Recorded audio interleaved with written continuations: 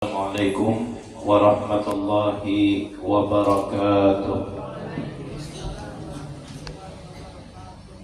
Alhamdulillahirabbil alamin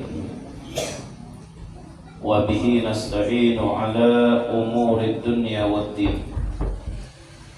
Wassalatu wassalamu ala asyrafil khalqi wa imamil muttaqin Sayyidina Muhammadin wa ala alihi wa ashabihi wa tabi'ina bi ihsanin ila yaumiddin. Alhamdulillah, kita ucapkan syukur kepada Allah Subhanahu wa taala. Salawat beserta salam mudah-mudahan selalu tercurahkan kepada junjungan kita Rasulullah sallallahu alaihi wasallam beserta keluarga, sahabat, kerabat dan seluruh umat beliau sampai hari kiamat. Adabul imamati wal qudwati atau wal qidwati. Adab-adab dalam masalah berimam dan mengikut imam. Yang bagi lil imami ay yukhaffifas salat. Yang pertama, adab bagi seorang imam itu hendaklah dia menyingkat, memendekkan atau mempersingkat salatnya, memperpendek salatnya.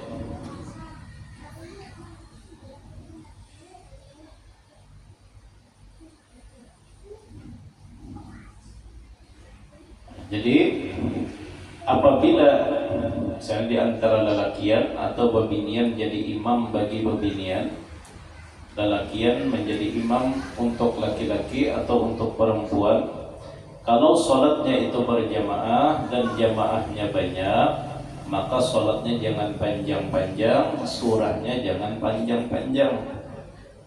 Sembahyang maghrib misalnya 5-10 menit tuntung. Nah, jangan sampai sembahyang maghrib surahnya tabarak. Rakaat pertama, rakaat kedua amma yatasaalun, 5 menit lagi isya hanya tuntung. Nah, jadi makanya di sini kita perlu untuk mengetahui adab-adab untuk menjadi imam ini harus terpenuhi oleh orang yang akan jadi imam. Nah, di antara adabnya orangnya harus alim. Salah satunya harus tahu ilmu. Jangan bermodal imbah banyak jamaahnya, panjang ayatnya. Nah, kalau di dalam fikih itu kan kalau jamaahnya itu semakin banyak, maka usahakan sembahyangnya semakin singkat. Kecuali apabila kita sembahyang serongan, hendak 10 juz kah serakaat, 2 rakaat 20 juz silahkan. Nah, tapi kalau berjamaah dengan orang banyak, ini bisa hilang sandal pas kulit, disembunyikan makmum.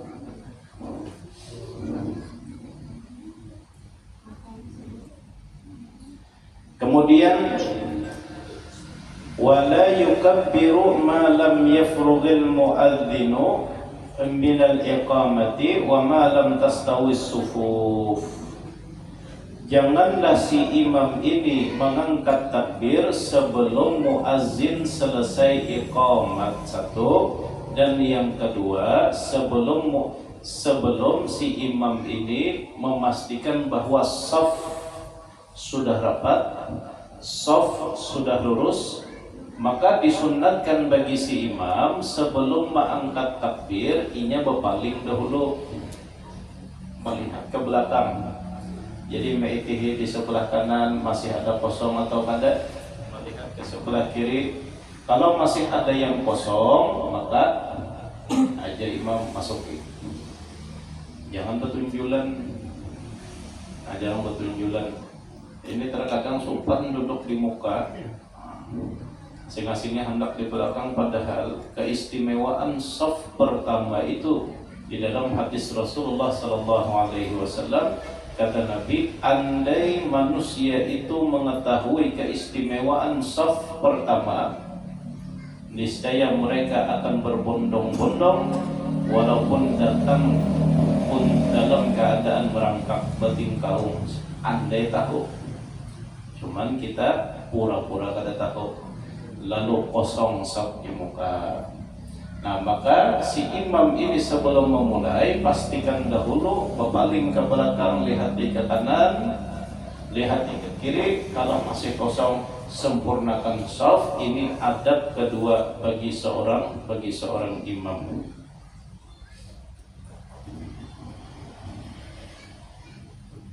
Kemudian yarfa'ul imamu sautahu bitakbirat, hendaklah si imam ini mengangkat suaranya di saat mengucapkan takbir. Wala yarfa'ul ma'mumu sautahu illa biqadri ma sami'. Si imam ini disunatkan waktu mengangkat takbir, baik itu takbiratul ihram atau takbiratul intiqal. Takbiratul intiqal tahu kalau dolah, takbiratul intiqal yang mana itu? Dari gerakan ke satu terus. Nah, jadi takbiratul intiqal itu takbir yang kita baca di saat terjadi perubahan, pergantian antara satu rukun ke rukun yang lain. Itu namanya takbiratul intiqal. Bagi makmum disunatkan, bagi imam disunatkan banyaring Allahu Akbar, Allahu Akbar. Tapi tidak diperintahkan bagi makmum mendengar imam nyaring belaluan si makmum hendak umpat benyaring, jangan. Lalu bagaimana kita makmum? Si makmum ini membaca takbirnya itu hanya sekedar kita mendengar di telinga. Jangan joget. Allahu Akbar, Allahu Akbar, Allahu Akbar, Allahu Akbar. Sekedar kita mendengar di telinga kita. Kemudian wa yanwil imamu al-imamata liyanal al-fadla, hendaklah si imam ini berniat untuk menjadi imam. Ini hukumnya sunnah. Andai pang misalnya si imam kada ingat terbaca sanghajaku sholat fardu maghrib menjadi imam karena Allah Ta'ala imamnya tertinggal, bolehlah sembahyang maghrib imamnya tertinggal, bolehlah. Siapa jadi imam? Kamu tertinggal. Ada boleh kalau ada imamnya tertinggal. Siapa yang dia ada tak? Kita tegang benar. Nah, jadi itu hukumnya sunat dari awal. Tapi andai di awal kada terucap, kada keingatan, sampai tadi imamannya kada terbuat, jadi si imam dalam hati nih. Lalu pas membaca qul huwallahu ahad, di saat itu dipasangnya aku jadi imam, sah. Tapi dihitung pahala berjamaahnya dari qul huwallahu ahad itu. Andai juga si imam kada ingat menjadi imam, kada ingat berniat untuk jadi imam sampai salam, ujarnya rasanya tadi kada terucap di dalam hati jadi imam. Duduk ke sini, tadi pada anak belanja aja kan. Berniat kada berniat untuk jadi imam sah, tapi si imam tadi hanya dihitung sholat sendirian kada dapat pahala berjamaah, karena berniat jadi imam itu hukumnya sunat. Kita pun sama, andai kita kada ingat membaca jadi makmum, maka kita sembahyang kita sah, tapi pahala berjamaahnya kada dapat. Nah, makanya kita amun yang sholat telah serongan di musola nih. lalakian kah, bebinian kah yang sembahyang serongan di sana. Misal zuhur asar biasanya ada dia sembahyang. Jadi disunatkan bagi orang yang sholat sendirian, disunatkan di dalam niatnya itu pasang jadi imam. Nah, sama misalnya sembahyang zuhur, orangnya kadidaan lalu sembahyang serongan, Allah sengajaku sholat fardu zuhur jadi imam. Di belakang seikung-ikung tidak, tapi berniat jadi imam, itu hukumnya alhamdulillah sehat saja. Bagiannya akan melihat Muhammadiyah ya Rasulullah. Maka itu hukumnya sunnah walaupun kadidah jamaahnya. Karena ujar ulama, siapa tahu tiba-tiba ada yang datang dari belakang belaluan menapak misalnya belakang kita. Jadi kita kada usah lagi langsung ketika ada orang menapak belakang kita sepaket langsung di situ kita dapat pahala berjamaah.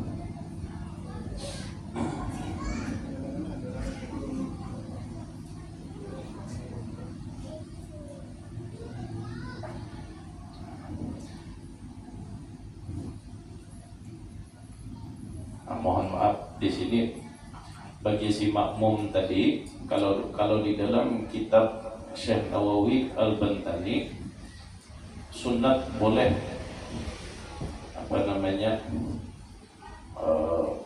kita berjamaah itu bagi si makmum harus membuat makmuman.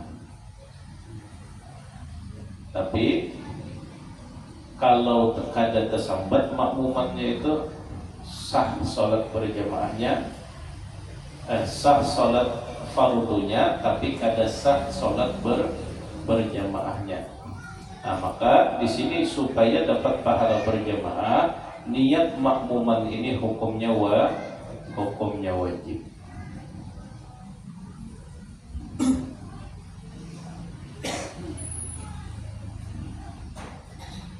Kemudian di antara adab seorang imam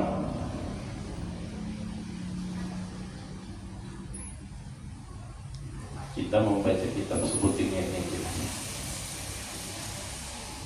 Alla yakuna al-imamu anqasa minal ma'mum bisifatin dzatiyah.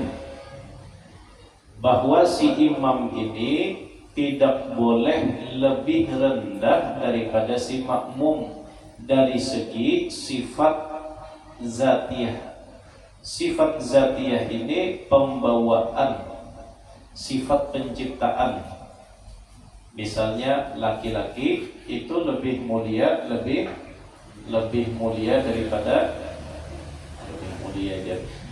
laki-laki itu lebih, orang kada wani menyambat, kalau ada yang saling kena. Laki-laki itu lebih harap aja. Nah, walaupun banyak laki yang takut ini macam-macam, imbah kami tidak takut istri, imbahnya langsung klarifikasi.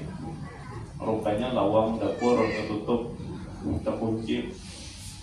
Nah, jangan sampai yang menjadi imam ini dari segi sifat penciptaan itu lebih rendah daripada makmum. Laki-laki harus jadi imam. Lalu bagaimana misalnya kalau laki-lakinya ini membaca Al-Qur'annya kada fasih, talfasih bebinian. Belaluan bolehlah sih yang jadi imam ini bebinian? Kada boleh. Walaupun qori tetap kada boleh. Lalu nanti apa? Ya sembahyang masing-masing. Nah, salat masing-masing. Kenapa? Karena memang syarat berjamaah imamannya itu kada tercukupi. Imamnya kada qari. Imamnya ummi.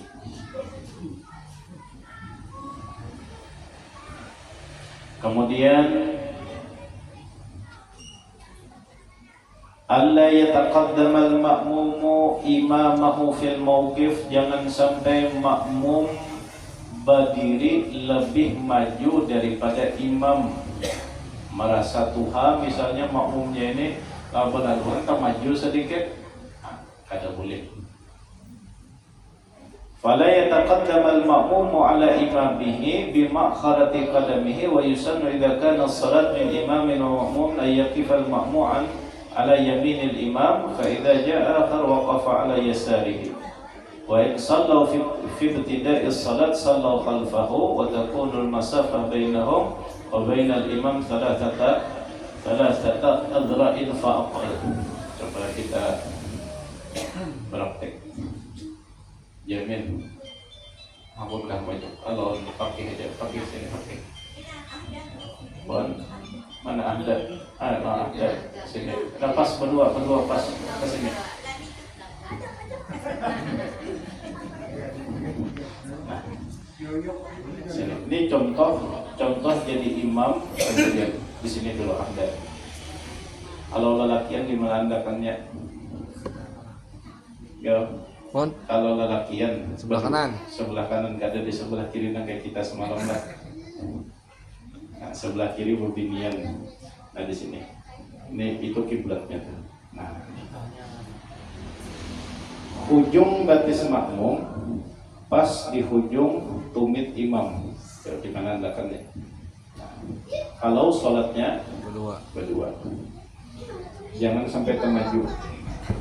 Kalau termaju kada sah berjamaahnya. Contohnya sembahyang di luar. Nah, fakih di sini fakih. Sembahyang di luar tapi posisi si makmum lebih maju daripada si imam, kada sah berjamaahnya. Contohnya banyak sembahyang hari raya dan sembahyang Jumat, safnya sampai keluar, tapi pas sampai keluar ini beliuk.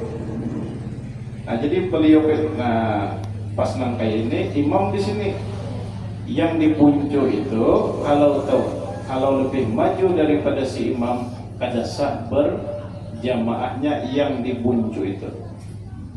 Kalau berdua kalakian nyempat juga nih.